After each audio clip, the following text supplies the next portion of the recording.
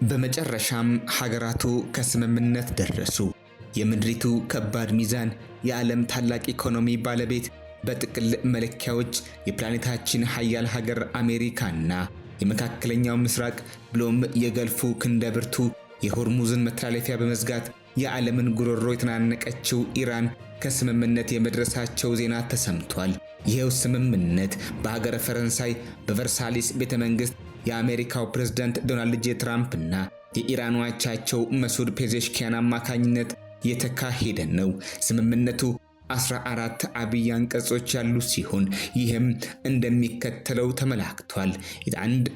አንደኛ፣ የተፋላሚዎቹ ሀገራት አጋሮች በሊባኖስም ሆነ በሁሉም ግንባሮች ጦርነትና ወታደራዊ ጥቃቶችን በአስቸኳይና በቋሚነት ለማቆም፣ ዳግም ጥቃት ላለመሰንዘር እንዲሁም የሊባኖስን ሉዓላዊነት ለማክበር የሚያስችል ስምምነት ተፈራርመዋል። ሁለተኛ፣ ሁለቱ ሀገራት የሌላኛውን ወገን ሉዓላዊነትና የግዛት አንድነት ለማክበር እርስ በርስ በውስጥ ጉዳዮች ጣልቃ ከመግባት ለመቆጠብም ቃል ተግባብተዋል። ሶስተኛ፣ በጋራ ስምምነት ሊራዘም በሚችል ቢበዛ በ60 ቀናት ውስጥ ለመደራደርና የመጨረሻውን ስምምነት ለማሳካት ቁርጠኝነታቸውን ይገልጻሉ። አራተኛ፣ አሜሪካ ስምምነቱ ከተፈረመ በ30 ቀናት ውስጥ በኢራን ላይ ጣለችውን የባህር ላይ ከበባ ሙሉ በሙሉ ለማንሳትና የመጨረሻው ስምምነት ሲደረስ ጦሯን ከኢራን አቅራቢያ ለማስወጣት ቃል ትገባለች። አምስተኛ፣ ኢራን ለንግድ መርከቦች ለ60 ቀናት ነፃና ደህንነቱ የተጠበቀ የባህር ላይ ጉዞ በማመቻቸት ፈንጂዎችንና እንቅፋቶችን በማስወገድ በ30 ቀናት ውስጥ እንቅስቃሴውን ወደ ነበረበት ትመልሳለች። ስለ ሆርሙዝ ወሽመጥ የወደፊት አስተዳደር ከኦማንና አጎራባች ሀገራት ጋር ትመክራለች። ስድስተኛ፣ አሜሪካ ለኢራን መልሶ ግንባታና የኢኮኖሚ ልማት የሚውል 300 ቢሊዮን የአሜሪካን ዶላር ከቀጠናው አጋሮች ጋር ለማዘጋጀትና አስፈላጊ የሆኑ የፋይናንስ ፈቃዶችን በመስጠት አተገባበሩን በ60 ቀናት ውስጥ አጠናቃ ተግባራዊ ለማድረግ ቃል ገብታለች።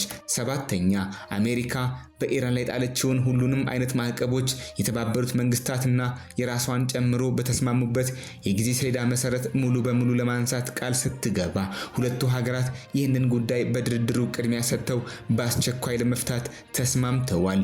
ስምንተኛ፣ ኢራን የኒውክሌር መሳሪያ ላለማምረት በድጋሚ ስታረጋግጥ ሁለቱ ሀገራት የተከማቸውን የበለጸገ ኒውክሌር ማዕድን በዓለም አቀፉ የአቶሚክ ኢነርጂ ኤጀንሲ ቁጥጥር ስር ለማቅለጥና ስለ ወደፊቱ የኢራን የኒውክሌር ማበልጸግ ፍላጎቶች ዙሪያ በጋራ ለመወያየት ተስማምተዋል።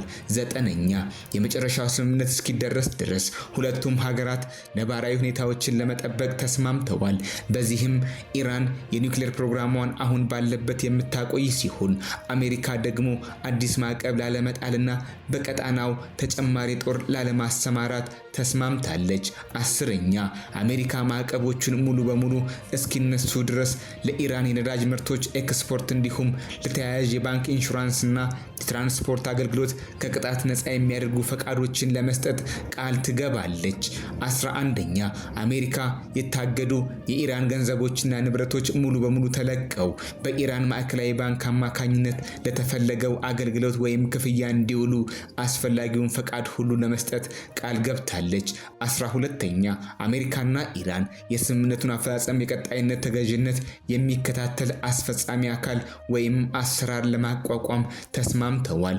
13ኛ፣ አንቀጽ 1፣ 4፣ 5፣ 10 እና 11 በተግባር ላይ ለማዋል ሲጀምሩ አሜሪካና ኢራን በቀሪዎቹ አንቀጾች ላይ ብቻ በማተኮር የመጨረሻውን ስምምነት ድርድር ይጀምራሉ።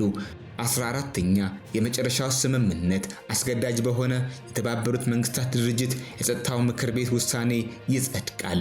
አሜሪካ ከኢራን ጋር ያደረገችው ይኸው መገናኛ ብዙሃን ማርሽ ቀያሪ ወይንም ብሬክ ስሩ እያሉ የጠሩት ስምምነት የቡድን 7 አባል ሀገራት በፈረንሳይ በተሰበሰቡበትና የሀገሪቱ ፕሬዝዳንት ኢማኑኤል ማክሮን ባሰናዱት ራት ላይ የተካሄደ ነው። እነዚሁ 14 ስምምነቶች ለአሜሪካ ወይም ለኢራን ፋታ የሚሰጡ ብቻ ሳይሆኑ የዓለምን ሁኔታ ሊቀይሩ የሚችሉ እንደሆኑም ነው በባለሙያዎች እየተነገረ ያለው። ይህም ስምምነት በአሜሪካና በኢራን እስላማዊ መንግስት መካከል የተደረገ የኢስላማባድ ስምምነት የሚል መጠሪያ ተሰጥቶታል። በዚህ ስምምነት ላይ ታዲያ እንዲሁ በጥቅሉ ካልሆነ በቀር በእስራኤል ጉዳይ የተነሳ አንዳች ነገር የለም። ሆኖም የደህንነትና የቀጠናዊ ፖለቲካ ተንታኞች እስራኤል የኢራን የኒውክሌር ማበልጸግ እስከተገታ ድረስ አሊያም ስጋት መሆኗን እንዲሁም በቀጠናው የሚገኙ አማጽያንን መደገፏን እስካቆመች ድረስ ምንም ሌላ ልዩ ፍላጎት አይኖራትም ሲሉ ይናገራሉ።